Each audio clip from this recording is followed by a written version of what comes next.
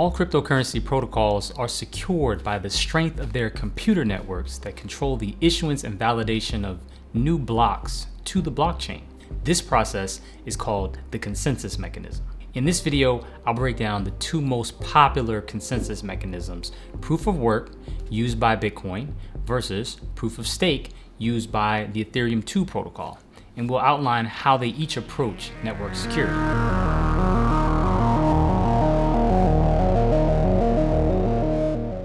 I'm Corey, and on this channel, I help you decode technology and innovation to grow your wealth on the journey to financial independence. Let's break down proof of work versus proof of stake.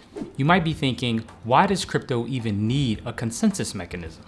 Well, the reason is that the computer networks are decentralized, so there is no central authority controlling the entire process like a bank or a credit card network. Without a central authority, there needs to be a mechanism to prevent bad actors from telling the network that they spent the same funds twice by sending the exact same amounts to Alice and Bob at the same time. And this is called the double spend problem. Satoshi Nakamoto, the anonymous creator of Bitcoin, sought to fix this problem by using proof of work as the consensus mechanism, which was first proposed by Adam Beck in 2002 as a way to stop email spam. Of course, that hasn't quite worked out. However, for Bitcoin, the mechanism has worked quite well and is revolutionary because it solved the problem of how to create decentralized truth and agreement online. So, how does proof of work, exactly work? Proof of work blockchains are secured and verified by specialized purpose-built computers called miners. Miners' sole purpose is to solve complex mathematical problems. The miners that solve the math problems first get to update the blockchain with the latest verified transactions. And those miners are rewarded by the network with a predetermined amount of crypto called the block reward. In order to solve the math problem and win the block rewards fastest, miners have an economic incentive to use as much computational power as they have access to. And this historically meant that miners in some parts of the world would use cheap energy sources that are not considered environmentally friendly. Recently, miners have been moving to locations on Earth where clean energy is more readily available and diversified, and thus the environmental concerns about proof of work as a consensus mechanism, while not zero, have been greatly diminished and are expected to continue to diminish over time. While miners are mining, Bitcoin nodes store and verify each block in the blockchain. Nodes form a network by connecting and sharing blocks and transactions with one another.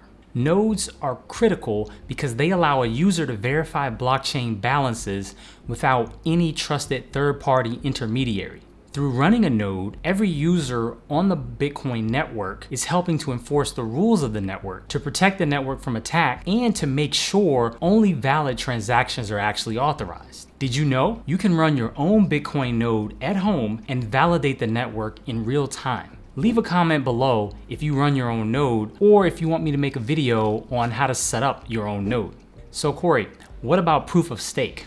In a proof of stake system, the staking of your tokens has a similar function to the miners in proof of work.